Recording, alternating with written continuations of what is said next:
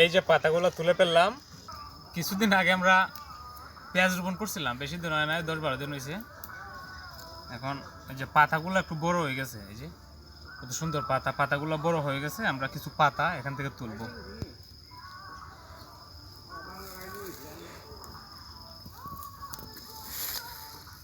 এই যে পাতাগুলো আমরা তুলে ফেলি।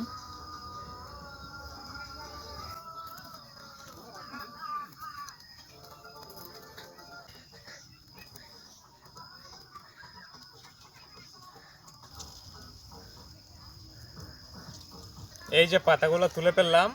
তো এই পাতাগুলো কিন্তু যে আলু ভাজি বা পেঁয়াজের পরিবর্তেগুলো ব্যবহার করা যাবে। আর কিছু পিঠা আছে, পিঠা দিয়ে এগুলা খাওয়া যাবে। তো দেখেন আসলে আমি বেশি দিন হয় নাই, 10-15 দিন হয়েছে রোপণ করছি। 5টা পেঁয়াজ রোপণ করছি এখান থেকে। প্রতিটায় আবার 4-5টা পেঁয়াজ দিবে। তো আরও এখান থেকে 5টা পেঁয়াজে 20-25টা পেঁয়াজ আমি পেয়ে যাব। আর এগুলো তো খাইলাম।